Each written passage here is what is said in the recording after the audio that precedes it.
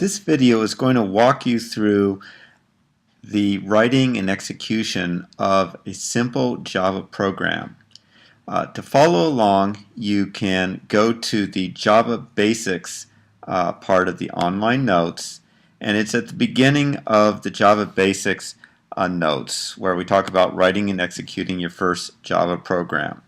So here's the classic simple program, the Hello World program, and you can see that we have to embed the program within a class that we call Hello World, and that we have a function called main, and specifically static public void. This is all important. Void is the return type. It returns nothing. Public declares it as publicly available to everyone. Static says that it is a class member as opposed to an instance member. We'll get to that later. And then main takes a single array of strings as its arguments, and that's from the command line. You'll find out later that you can query an array for its length, and therefore the length is not required as a second parameter. Now, when you're writing a Java program, the correct way to do it, if you're writing a simple program that's not particularly object-oriented, is instead of putting the code you want executed in main, you actually want to put the code to execute in the constructor for the class. So here I've done it in the constructor Hello World. And you'll see very simply I output Hello World. System.out.println prints it out, prints a new line character, hence print line. You'll see that I declared the constructor public, and you'll see that inside of main I created an instance of it. There is no need to assign that instance to anything because all I'm concerned about is the side effect of printing Hello World. And if you want to execute this program, you'll type javac hello world, so let's do that. And now to compile it, I invoke the Java compiler. Now to run it, I run it at the command line by invoking the Java virtual machine, and you see that it prints hello world.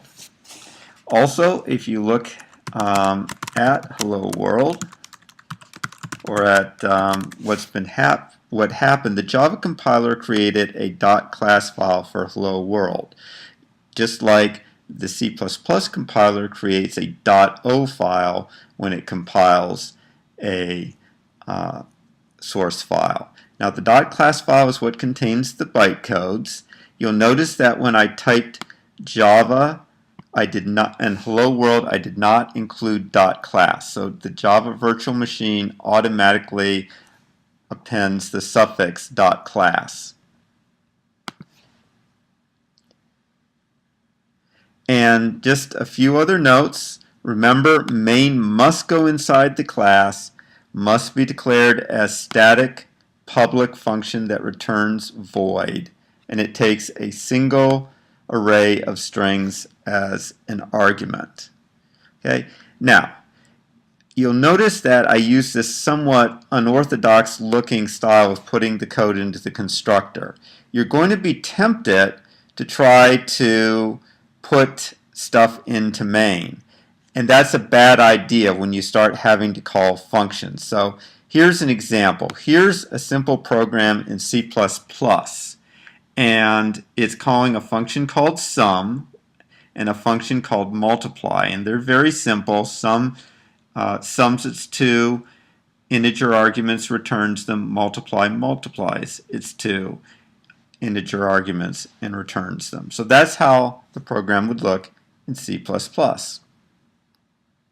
In Java, the comparable program should be written as you see here, where I put the calls to sum and multiply in the constructor for arithmetic, and in main I simply call create an instance of arithmetic calling its constructor.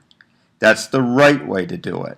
The wrong way to do it, and the way that you're going to be tempted to do it, is like this. This looks very C++-like. So I'm calling sum and multiply from main, just as I did earlier. See how I did it earlier? You're going to be tempted to just copy this down into Java, and you will try to compile it, and it won't work. And you'll be puzzled. In fact, let's do that now. Let's actually take this program, compile it,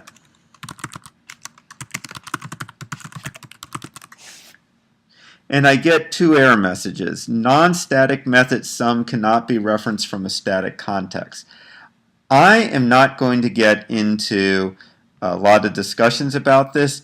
Just know that when you have a static method like main, that if you're going to call a function from it, you also have to declare the functions it calls as static as well.